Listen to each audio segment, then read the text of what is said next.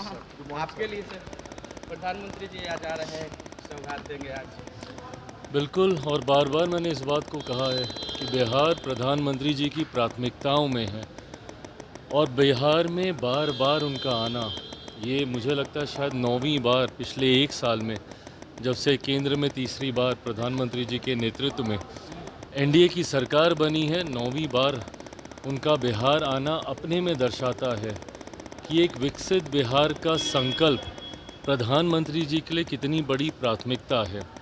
ऐसे में आज एक बार फिर हज़ारों करोड़ों की सौगात बिहारियों को वो समर्पित करके जाएंगे और मैं मानता हूँ कि ये प्यार बिहारियों के लिए जो प्रधानमंत्री जी के दिल में है और बिहारी जिस तरीके से प्रधानमंत्री जी को प्यार करते हैं, ये अपने में एक ऐसा जोड़ है जो बिहार को विकसित राज्य बनाने की दिशा में और ज़्यादा गति देगा। लेकिन विपक्ष कह रहा है कि झूठ बोलेंगे और कुछ देंगे नहीं, चले जाएंगे।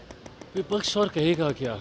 विपक्ष इस बात से घबराया हुआ है कि क्योंकि मुद्दा तो इसी बात को ये लोग बनाना चाहते थे ना कि प्रधानमंत्री जी ने बिहार के लिए क्या किया, प्रधानमंत्री जी बिहार आते नहीं, प्रधानमंत्री जी बिहार को देखते नहीं, जब चुनाव आता है तभी बिहार आते हैं। यही बातें विपक्ष मुद्दा बनाता, पर जिस तरीके से निरंतरता में ना सिर्फ प्रधानमंत्री जी बिहार आए, ना सिर्फ प्रधानमंत्री जी ने बिहार को लाखों करोड़ों की सौगात अभी तक देने का उन्होंने काम किया, बल्कि जो योजनाओं का उन्होंने शिलान्यास किया, जिन जिन योजनाओं को, उसका शुभारंभ भी उन्हीं के हाथों हुआ है और आगे भी कई ऐसी योजनाओं की शुरुआत प्रधानमंत्री जी के द्वारा की जाएगी। तो विपक्ष के पास अब मुद्दा बचा नहीं, तो सिर्फ यही बोलेंगे कि भाई आएंगे, झूठ बोलेंगे, क्योंकि अब कोई ऐसी बात विपक्ष के हाथ में अब है नहीं जिसको वो आधार बनाकर केंद्र सरकार या प्रधानमंत्री जी या हम लोग की डबल इंजन की सरकार के ऊपर वो किसी भी तरीके का प्रहार कर सकें। राजद ने ट्वीट किया है और कहा है कि पिंडदान करने आ रहे हैं नीतीश कुमार जी का और राजनीति।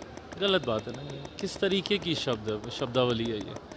इस तरीके से भाई बार बार मैंने कहा है कि आप कीजिए ना, नीतियों के ऊपर आप सवाल उठाइए, एसआईआर को लेकर आपने मुद्दा बनाया हुआ है, बनाइए, इन सारी बातों को आप बोलिए जो आपको लगती हैं कि भाई नीतिगत तरीके से गलत फैसले हैं।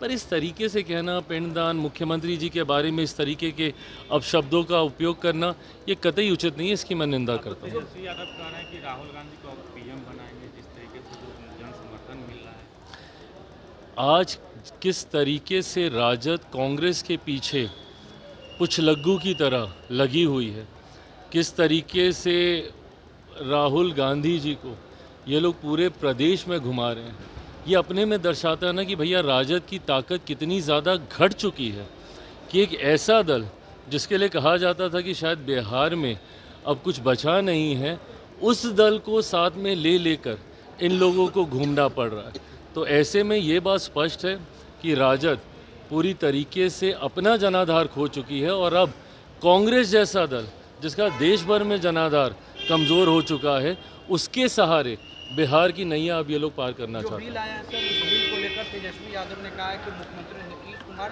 और चंद्रबाबू नायडू जी को जेल भेजने की तैयारी में है। ये वही लोग हैं ना जो कि भ्रष्टाचार पे जब जेल जाते हैं तो परिवार के दूसरे सदस्यों को कुर्सी देते हैं। ऐसे में जब पारदर्शिता की बात आएगी, जब भ्रष्टाचार और भ्रष्टाचारियों पे कार्रवाई की बात आएगी, तो कांग्रेस, राजद जैसे दलों को सबसे ज़्यादा परेशानी होगी। क्योंकि इनका आधार ही भ्रष्टाचार रहा है। कांग्रेस का शासनकाल देख लीजिए, उसमें हुए घोटाले देख लीजिए, और राजद के घोटालों का जिक्र तो देश ही नहीं दुनिया में लोग करते हैं। तो ऐसे में जब केंद्र की सरकार भ्रष्टाचारियों के खिलाफ ऐसे बिल लेकर आएगी तो सबसे ज़्यादा तकलीफ़ इन्हीं लोगों को होगी। थैंक यू भाई।